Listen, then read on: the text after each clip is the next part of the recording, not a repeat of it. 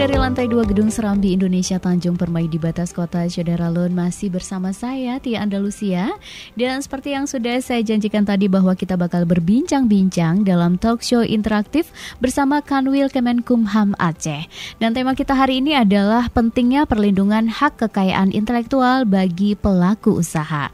Syederalun sudah hadir di studio Serambi FM narasumber kita. Yang pertama ada Bapak Jailani M. Ali SHMH yang merupakan Kepala Bidang Pelayanan Hukum Kanwil Kemenkumham Aceh. Assalamualaikum Pak Jailani. Waalaikumsalam warahmatullahi wabarakatuh. Apa kabar Pak? Baik, alhamdulillah sehat. Terima kasih sudah datang kembali ke studio Serambi FM Pak ya. Mudah-mudahan bisa memberikan informasi yang luar biasa bagi Syederalun.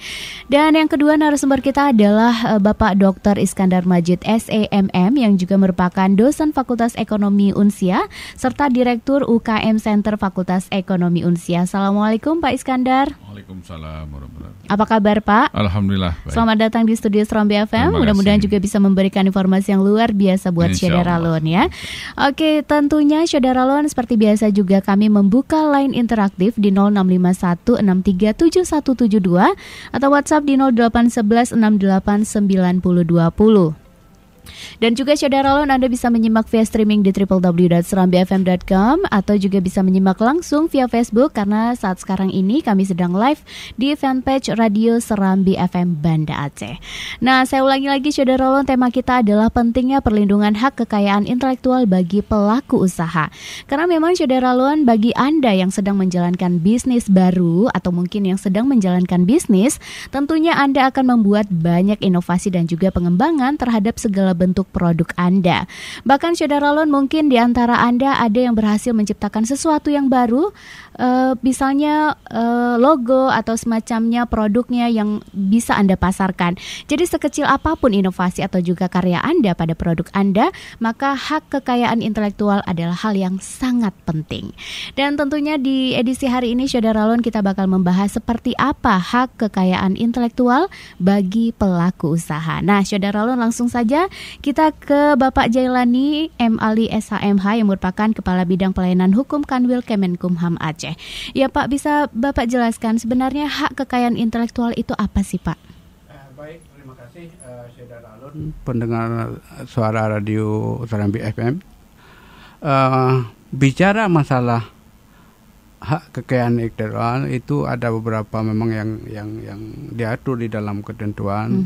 Ada yang disebut dengan hak cipta ya, hak merek dan indikasi geografis, kemudian juga hak paten, kemudian desain tata letak sirkuit terpadu, kemudian desain industri dan juga tentang rahasia dagang.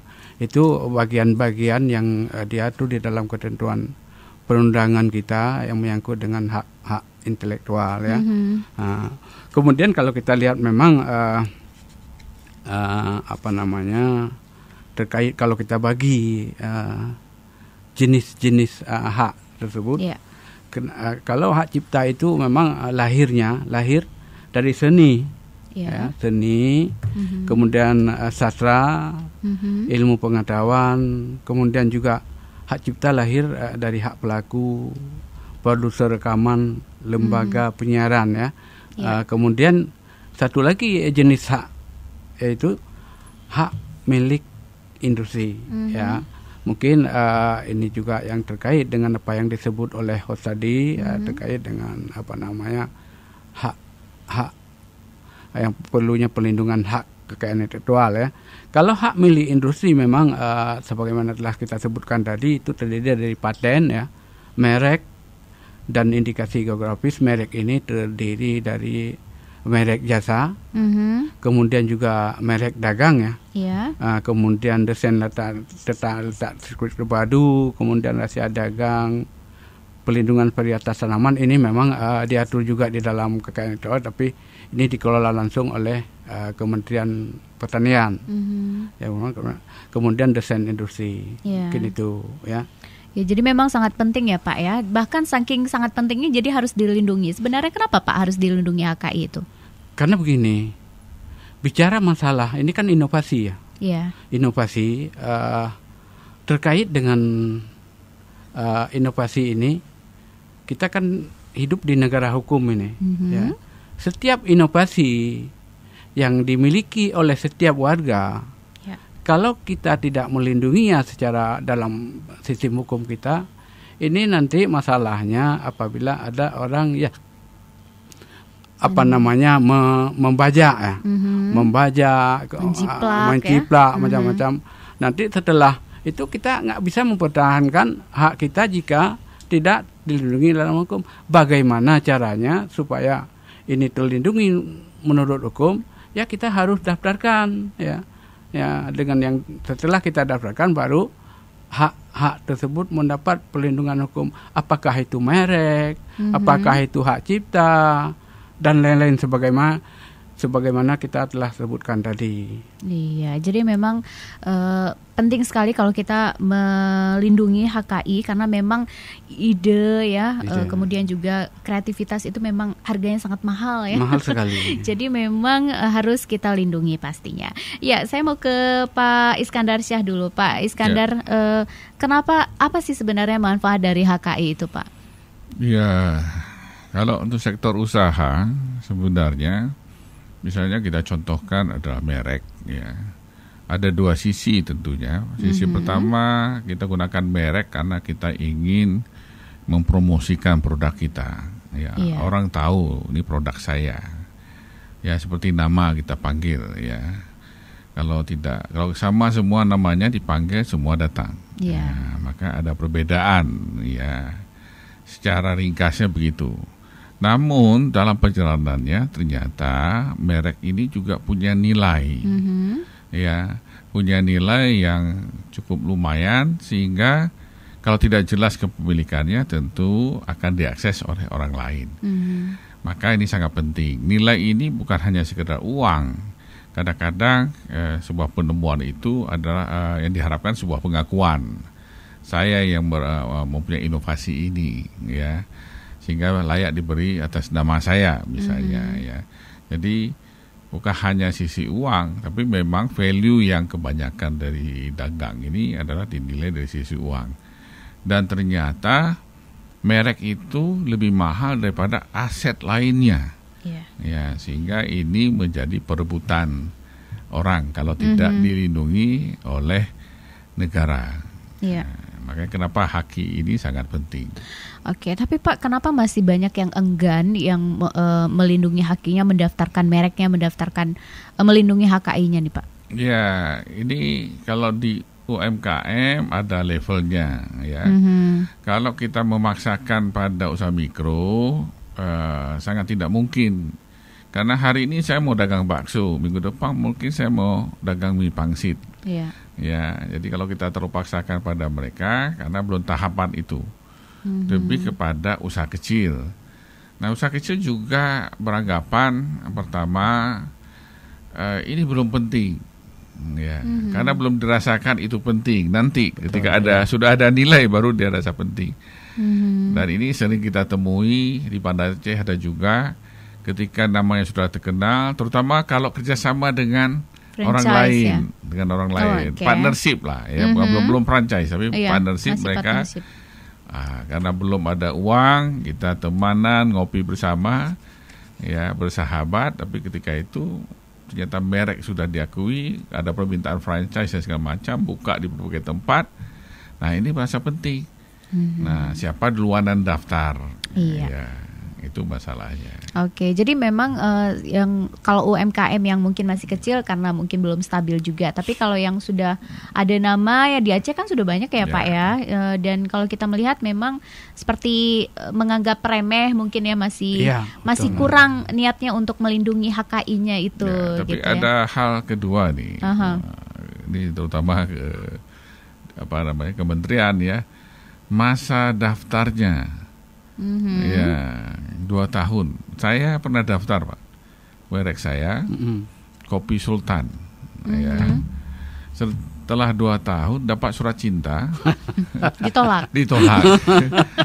Itu gimana rasanya ya setelah 2 tahun gitu kan. Padahal udah kasih nama Sultan gitu kan. Mungkin ada Kopi Sultan yang lain berarti. Ada yang sudah daftarkan dengan jenis kode yang sama. sehingga saya tidak bisa daftar lagi. Termasuk ada UKM kita di sini kopi juga mau daftarkan kopi sultan tidak bisa lagi, karena kode tersebut sudah masuk ke pendaftaran tersebut. Ya, memang kita selalu usulkan, ada dari anggota DPR pusat datang, maunya jangan 2 tahun lah, ya. Walaupun sebenarnya kalau sudah daftar sudah aman, Pak. Ya? Aman. Ya. Tapi karena dilindungi selama pendaftaran ya, itu siapa duluan, ya, tanggal daftarnya kapan, siapa duluan daftar, maka yang lain nggak bisa masuk.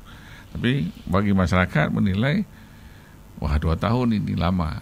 Mungkin setelah 2 tahun di ACC, Pak, nah ini terjadi. Setelah 2 tahun di ACC, bisnisnya nggak ada lagi, udah tutup.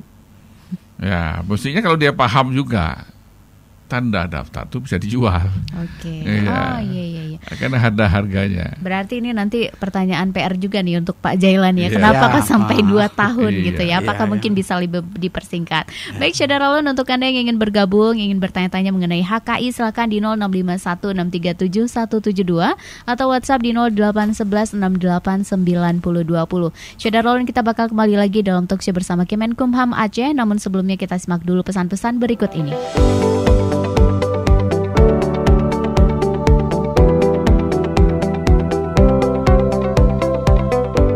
Masih dari lantai 2 Gedung Serambi Indonesia Tanjung Permai di batas kota, Syederalun, kita masih dalam talkshow bersama Kanwil Kemenkumham Aceh dengan tema pentingnya perlindungan hak kekayaan intelektual bagi pelaku usaha. Nah, untuk Anda yang ingin bergabung silakan di 0651637172 atau WhatsApp di 0811689020. Untuk Anda Syederalun yang ingin bergabung silakan di 0651637172 atau di 0811689020 atau juga bisa menyimak via streaming di www.serambifm.com atau juga bisa menyimak langsung via Facebook di Radio Serambi FM Banda Aceh. Iya, Pak Jailani, tadi kan Pak Iskandar sempat mengatakan bahwa merek beliau yang Kopi Sultan itu ternyata sempat ditolak gitu ya, dan dalam waktu yang sudah 2 tahun. Jadi 2 tahun itu mungkin dengan penantian yang begitu berharap dengan demi memajukan bisnis gitu, tapi ternyata ditolak. Nah, Pak, kenapa ini? Apa sebenarnya indikasinya Kopi Sultan itu atau mungkin kopi-kopi yang lain atau merek yang lain itu ditolak? Kemudian kenapa waktunya sampai 2 tahun, Pak? Kok agak lama gitu ya? Baik, terima kasih Syederalun. Memang dulu Pak Iskandar ya, Pak Iskandar, memang aturannya seperti itu. Ada masanya, pengumumannya sampai 6 bulan dulu ya. 6 bulan masa pengumuman. Kemudian pemeriksaan substantifnya lama. Namun sekarang kan sudah ada kemajuan, Pak. Alhamdulillah sudah ada kemajuan. Kalau kita lihat ketentuannya ada di Undang-Undang Nomor 20 Tahun 2016 tentang merek dan indikasi geografis. Itu sejak permohonan diajukan sampai keluarnya sertifikat itu 8 bulan, Pak. 8 bulan, alhamdulillah. Ini kalau kita rincikan, masukkan permohonan, kemudian pemeriksaan formalitas itu 30 hari. Kalau dulu sampai 3 bulan itu, Pak. Kemudian kita lihat pengumuman ya. Ini 2 bulan. Dulu sampai 6 bulan, Pak. 6 bulan. Kemudian pemeriksaan substantifnya 5 bulan. Cetak sertifikatnya sampai itu jumlah semuanya 8 bulan, Pak. Kenapa ditolak tadi sampai 2 tahun? Memang ketentuannya setelah diperiksa dulu kan sistemnya manual, Pak. Manual. Alhamdulillah sekarang kan semuanya sistem sudah online ya. Dengan ketentuan yang baru, kita juga mengharapkan masyarakat tidak bosan-bosannya untuk mendaftarkan kekayaan intelektualnya. Oke. Jadi karena ternyata prosesnya juga lama juga gitu ya, Pak. Ya. Karena memang merek yang mendaftarkan diri juga begitu banyak. Betul. Kemudian juga banyak yang harus dilakukan juga ya, Pak ya, harus diteliti ini benar-benar mereknya tunggal atau ada yang duluan atau belum. Oke, kita terima dulu penelponnya. Halo, assalamualaikum. Waalaikumsalam warahmatullahi wabarakatuh. Dengan siapa di mana, Bapak? Dengan Pak Rudi nih di Lambaru Skep. Pak Rudi di Lambaru Skep. Oke, silakan Pak Rudi. Ya, ingin tahu aja nih Pak sedikit tentang kekayaan hak intelektual. Karena kalau kita detail, mungkin secara kita telusuri keseluruhan, mungkin sangat banyak yang hak-hak intelektual seseorang itu yang nggak bukan, mungkin ada gini Pak, prosesnya ini bagaimana yang perlu diketahui, mungkin yang saya juga pengen ketahui prosedur untuk supaya kita mendapatkan hak kekayaan intelektual ini bagaimana proses jalurnya. Itu satu. Terus langkah-langkah apa yang dilakukan oleh pihak yang berkompeten sendiri untuk melindungi masyarakat juga gitu. Karena ini kan berbeda dengan konsumen ya.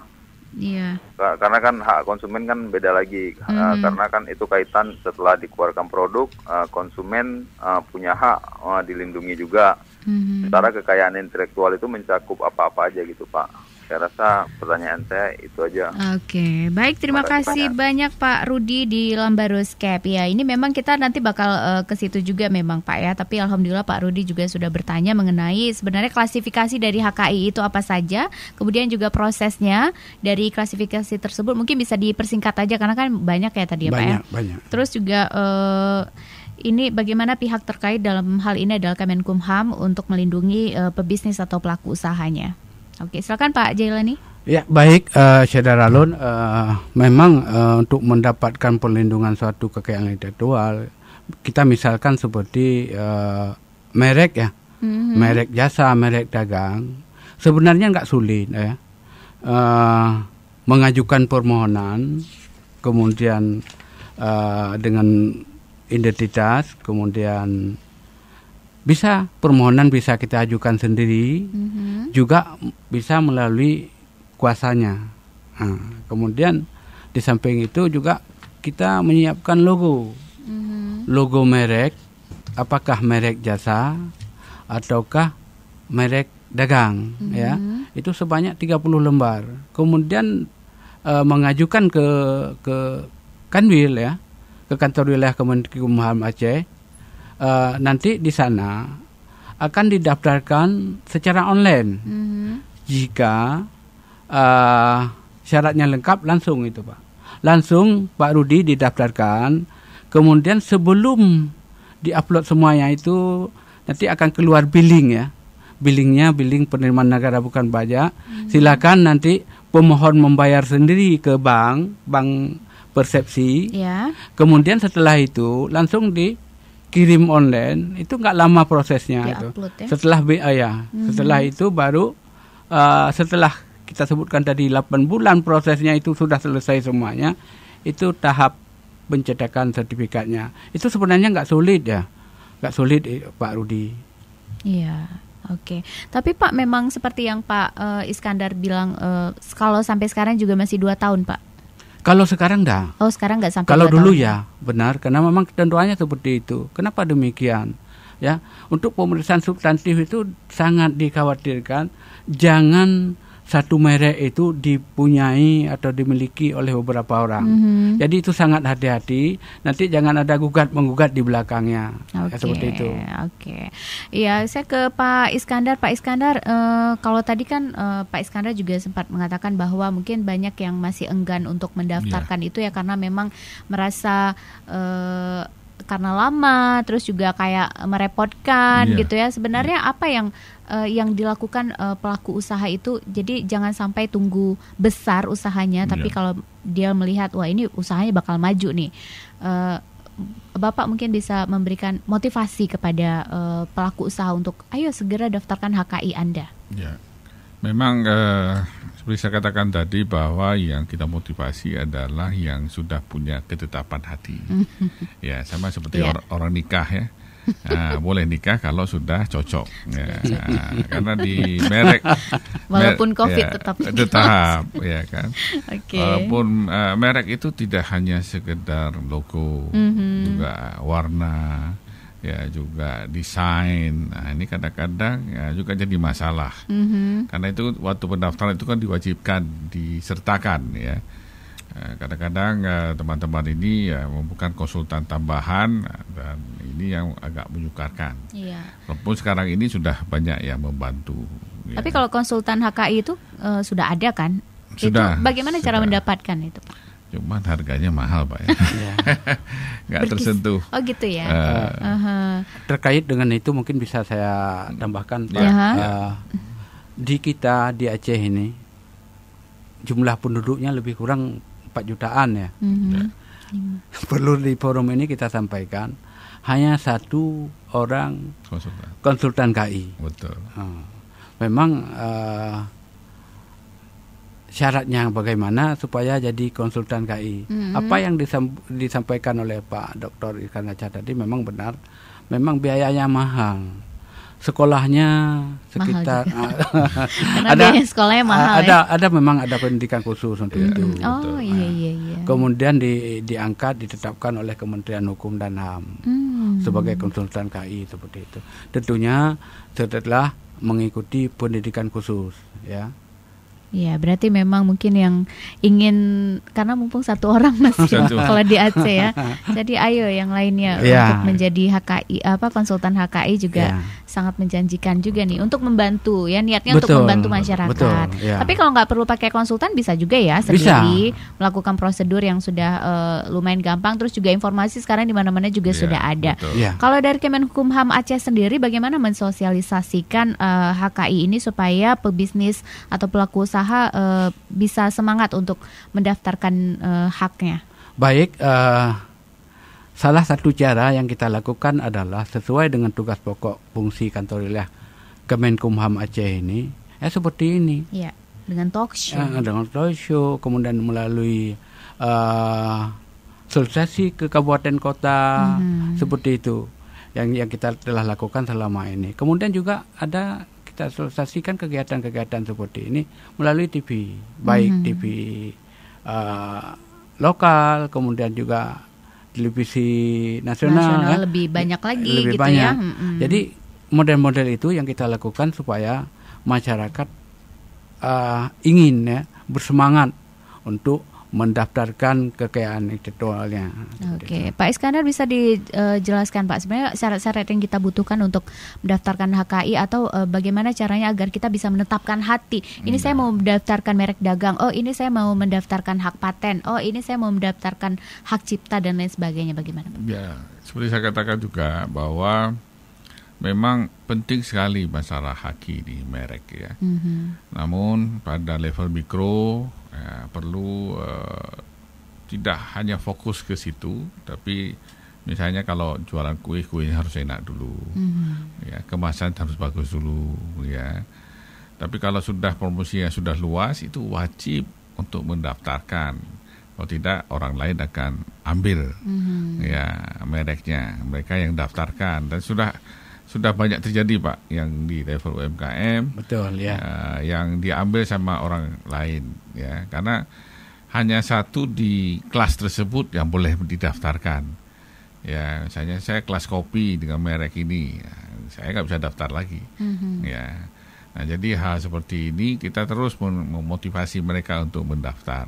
Malah kita juga minta teman-teman yang bisa desain untuk membantu dari sisi desainnya, sehingga prosesnya mudah ya, sama dikatakan oleh Bapak tadi ya, secara online ya, tinggal isi saja.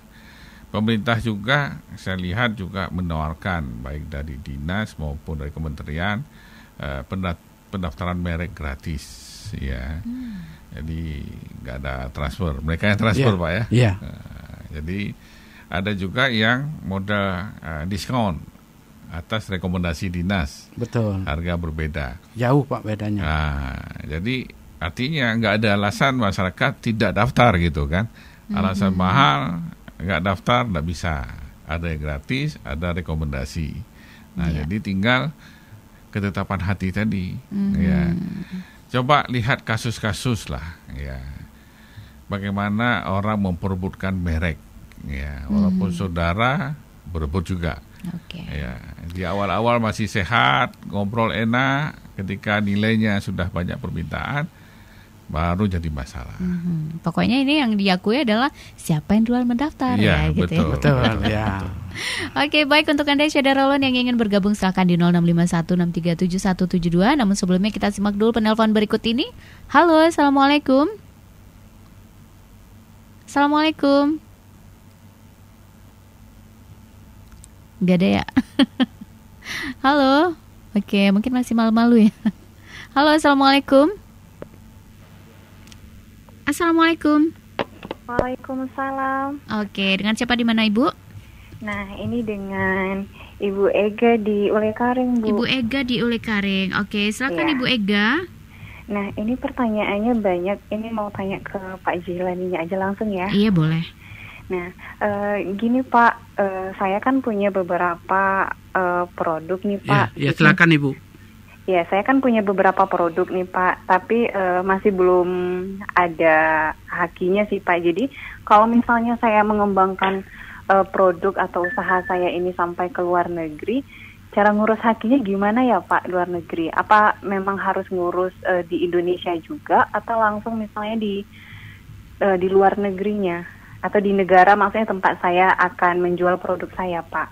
Terus lagi apakah sebenarnya apa semua produk-produk ciptaan itu harus diurus hakinya? Ada nggak sih? Mungkin ada beberapa ciptaan yang memang nggak perlu pakai haki gitu, Pak.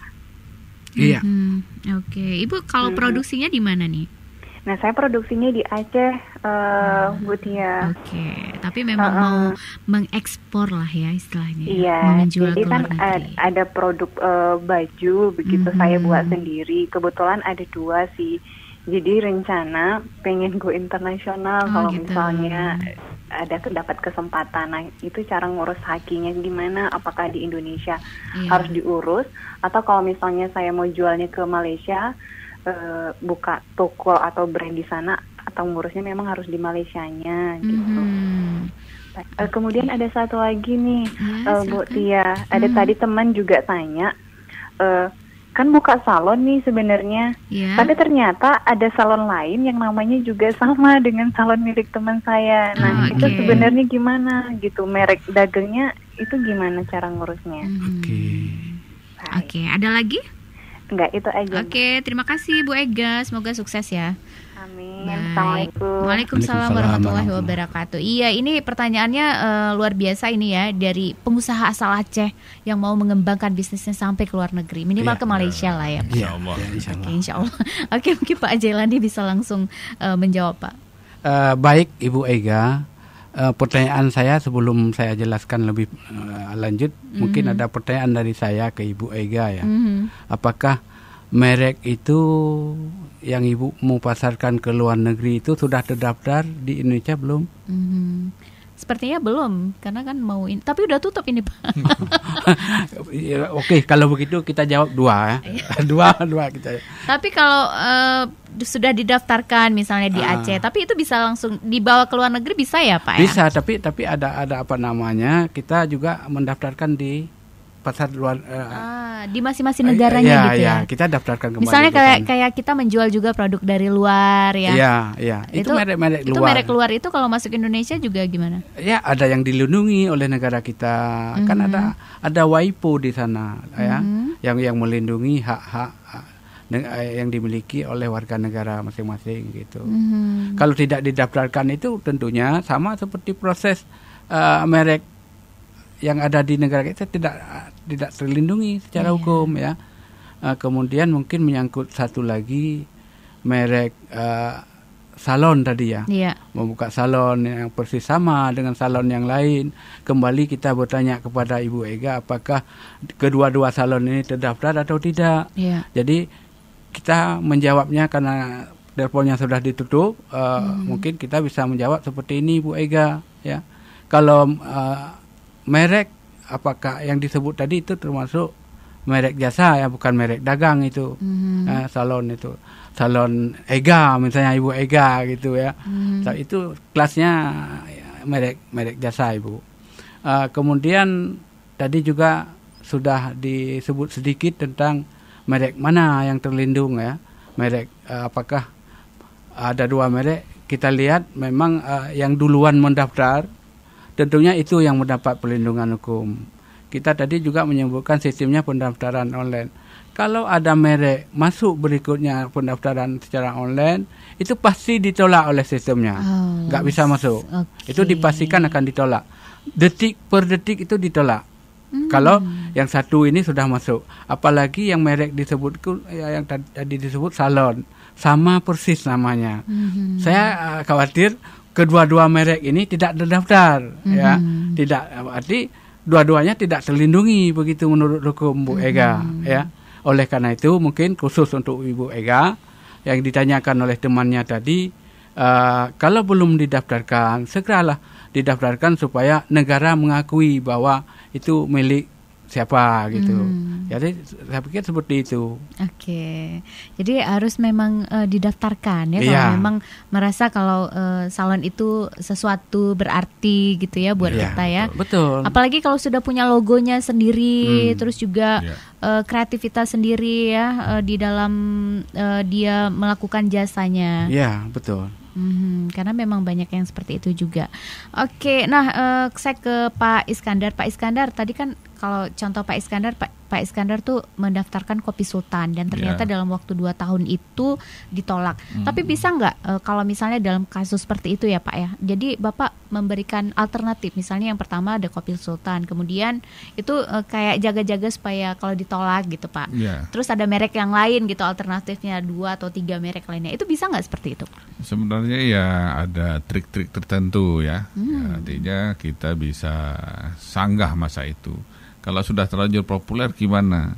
Ya udah kita cari nama lain, jadikan payungnya, ya sehingga brand itu masih kita bisa pakai, tapi di bawah sebuah payung yang terdaftar. Ya. Tapi nggak tahu sekarang populer atau tidak, nanti Pak Jeremy yang jawab. Ya, jadi ya kita sangat senang dengan sekarang sudah 8 bulan. Mudah-mudahan teman-teman UMKM juga akan cepat mendaftarkan. Pentingnya ya. Saya mau kasih contoh nih untuk jawaban yang pertanyaan tadi luar negeri ya. Kasus antara Apple dengan Samsung. Ya, ada satu fitur yang dikomplain oleh Apple bahwa Samsung membajak punya dia. Jadi apa yang terjadi terakhir adalah berlomba-lomba mendaftar di negara tertentu. Ya, jadi ketika misalnya Samsung mendaftar di Korea atau di tempat lain, maka Apple tidak bisa masuk dengan fitur tersebut di negara tersebut.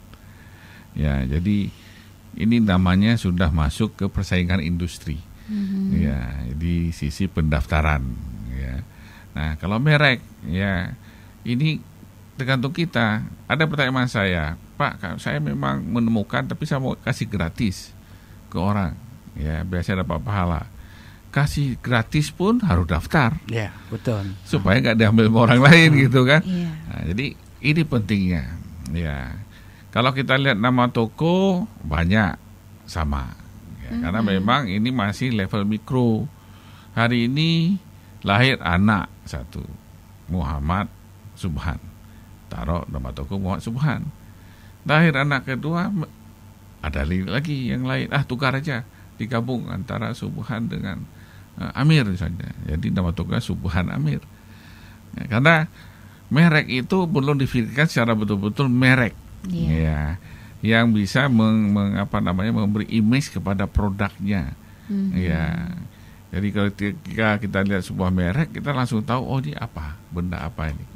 Tapi kita membuat merek biasa pakai nama sendiri, nama keluarga, sehingga kadang-kadang juga nggak bisa didaftar karena sudah sangat umum. Iya, makanya harus yang unik gitu ya, yang langka gitu ya, supaya gampang. Mungkin kalau kita bisa melihat merek-merek yang sudah lama, ini kan memang punya nama yang begitu kuat ya Pak ya. Betul. Bahkan sangat mendunia. Tapi ini kalau kita melihat banyak yang merek-merek ternama di luar negeri yang ternyata banyak KW-nya juga nih yang di Indonesia, bukan di Indonesia saja ya, di seluruh dunia juga. Kalau merek-merek yang sudah terkenal itu jadi ada KW-nya, tapi mereka kayak enggan gitu untuk menuntut si produksi atau produsen yang meniru merek mereka, mungkin karena harganya juga karena KW harganya jadi lebih murah gitu ya. Nah ini seperti apa Pak? Kalau misalnya mereka tidak tuntut ya nggak ada masalah gitu, tapi kalau mereka tuntut baru lebih ini ya, lebih harus ditinjau lagi gitu. Jadi saya sempat ngobrol dengan Bill Gates, masa udah lama sekali ya.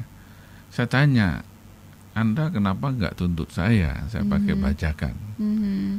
Dia bilang begini, saya tuntut Anda nggak punya uang.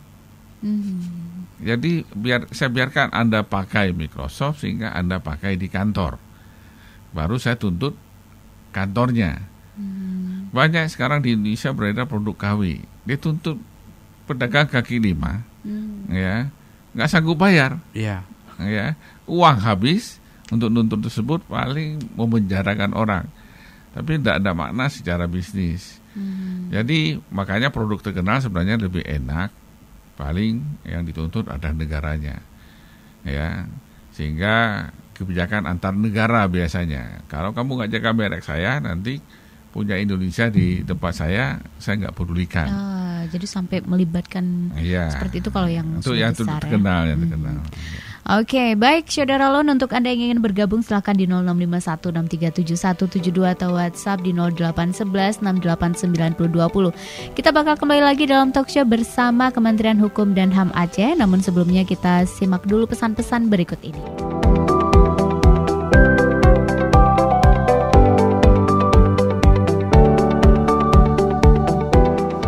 90,2 Serambi FM, Saudara Lon masih dalam talk show bersama Kanwil Kemenkumham Aceh dengan tema pentingnya perlindungan hak kekayaan intelektual bagi pelaku usaha.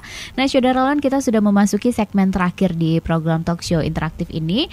Namun sebelumnya Saudara Lon, saya mau ungkapkan terlebih dahulu nih, mau bertanya nih, mumpung lagi ada expertnya di sini ya. Ini kan lagi ada kasus yang sangat hot saat sekarang ini, yaitu kasus Bensu ya, ayam geprek Bensu, dan ternyata yang punya awalnya ini sudah menang, dan kemudian yang geprek Bensu yang milik Ruben Onsu itu yang akhirnya kalah gitu ya. Dan ini sepertinya seperti petir bisa dibilang, atau seperti shock terapi juga bagi pelaku bisnis, bahwa disitulah begitu pentingnya merek itu kita pertahankan, kita daftarkan gitu ya. Mungkin Pak Jalani bisa dijelaskan sedikit Pak masalah itu. Baik, mungkin saya akan menjelaskan secara umum ya, terkait dengan rebutan merek itu. Rebutan merek. Tadi sudah saya sekilas itu, kalau menurut ketentuan undang-undang di negara kita, siapa yang lebih duluan mendaftar, itulah yang dilindungi. Kemudian hak merek timbul atas pendaftaran. Kalau tidak didaftarkan pasti nggak akan timbul haknya itu seperti itu. Kita lihat dari kasus ini, mungkin Bensu ini yang pemilik pertamanya itu tidak mendaftarkan, kemudian didaftarkan oleh yang keduanya. Itulah kadang-kadang ada kalanya kita lalai, sehingga yang diakui oleh negara dalam hal ini melalui perusahaan pengadilan niaga itulah yang yang terlindungi menurut hukum ya. Kita lihat satu lagi kasus ya, yang baru-baru ini bahkan sedang proses di di tingkat penyidikan, itu ada minyak rambut seperti minyak, kalau saya sampaikan itu seperti minyak rambut minyak rambut nilam ya, yang sekarang sedang proses itu Malahayati ya, merek Malahayati dengan Nurhayati. Itu seperti itu sedang proses sekarang di tingkat penyidikan. Tapi kan namanya beda itu Pak. Tapi ada yang sama. Pada pokoknya sama, pada pokoknya, bukan keseluruhannya, tapi pada pokoknya. Jadi persamaan pada pokoknya, apalagi keseluruhannya itu nggak boleh, dilarang. Kalau sempat terjadi, inilah yang sedang sekarang diproses ya, oleh penyidik ya, seperti itu. Namun sedang dimediasi juga oleh kita. Kemudian mudah-mudahan bisa selesai secara kekeluargaan. Ya, seperti itu ya. Secara damai ya. Seperti itu. Oke, baik ya. Kita memasuki segmen terakhir. Saya minta Pak Iskandar terlebih dahulu untuk memberikan closing statement-nya. Silakan Pak. Ya, merek itu penting, sangat penting untuk marketing. Tetapi merek itu juga sangat bernilai tinggi. Ya. Jadi yang paling penting adalah ketika sudah sampai saatnya kita punya ketetapan tentang merek tersebut, kita daftarkan. Sekarang enak ya, online kita daftarkan. Dan kita bisa cek juga Pak ya. Bisa cek sudah ada atau belum ada. Ya, jadi nggak meraba-raba ya. Jadi kemungkinan ditolak sangat kecil. karena kita sudah bisa melihat ya, nama tersebut, dan yang penting adalah bahwa siapa yang daftar duluan ya, maka orang lain tidak bisa mengambil. Jadi ini sangat penting ya, ketika sudah lulus ya, sudah dapat sertifikat, sudah ada nilainya. Jadi jangan setelah dapat sertifikat langsung ditinggalkan, tapi sudah ada nilainya menjadi aset perusahaan. Oke. Ya, jadi itu yang akan membantu memajukan perusahaan kita. Oke, baik. Terima kasih Pak Is, dan silakan Pak Jailani untuk memberikan closing statement-nya. Baik, terima kasih. Kita menyarankan kepada masyarakat, khususnya pemilik merek ya, yang belum mendaftarkan haknya, kita mengimbau supaya segera mendaftarkan haknya, baik itu merek, kemudian juga ada paten sebagai kemana kita sebutkan tadi, ada desain industri, supaya itu dihargai lah. Apalagi ini negara kita kan negara hukum. Jangan setelah timbul kasus baru nyesal. Seperti kita juga pernah diambil batik kita oleh Malaysia. Setelah diambil Malaysia baru kita ribut. Kita tidak mengharapkan seperti itu pemirsa ya. Jadi kita mengharapkan semua masyarakat supaya menghargailah haknya dengan cara mendaftarkan haknya itu, mereknya, kekayaan intelektualnya kepada Kemenkumham melalui kantor wilayah Kementerian Hukum dan Hak Asasi Manusia Aceh ya. Syaratnya mudah sekali itu. Mudah sekali, bahkan ada petugas kita yang secara membantu memudahkan proses pendaftarannya seperti itu. Jadi bisa dilihat kepentingan kita apa ya, kita maunya apa gitu, apakah mendaftarkan merek dagang atau mungkin hak paten, bisa sekaligus juga ya Pak? Bisa. Nanti di sana dalam satu merek itu bisa juga didaftarkan desainnya juga. Desain. Kemudian juga bisa didaftarkan data letak sirkuit geografisnya. Kemudian banyak dalam satu merek itu bisa saja paling kurang 4 yang bisa didaftarkan. Dari segi bentuknya itu desain ya, dari segi mereknya itu nama ya. Sebagaimana Pak Dr. Iskandar tadi menyebutkan, merek itu terdiri dari kata-kata, huruf, logo, angka-angka ya, huruf-huruf, sehingga menjadi satu nama merek. Jenis hurufnya gitu ya, sampai warnanya. Betul. Pokoknya memang benar-benar makanya harus benar-benar dipikirkan dengan matang ya. Idenya benar-benar kreatif lah. Iya, seperti itu. Jadi itu termasuk hak cipta juga ya, berarti ya, Pak, ya? Termasuk semuanya itu. Makanya kita mengimbau masyarakat supaya masyarakat itu menghargai haknya. Kalau kita tidak menghargai hak kita, orang lain tentunya lebih tidak menghargai ya. Seperti itu. Oleh karena itu kami menghimbau sekali lagi kepada masyarakat supaya mendaftarkanlah haknya, supaya mendapat perlindungan hukum. Jadi seperti itu. Oke, apalagi sekarang kita lagi COVID, jadi bisa secara online juga ya Pak?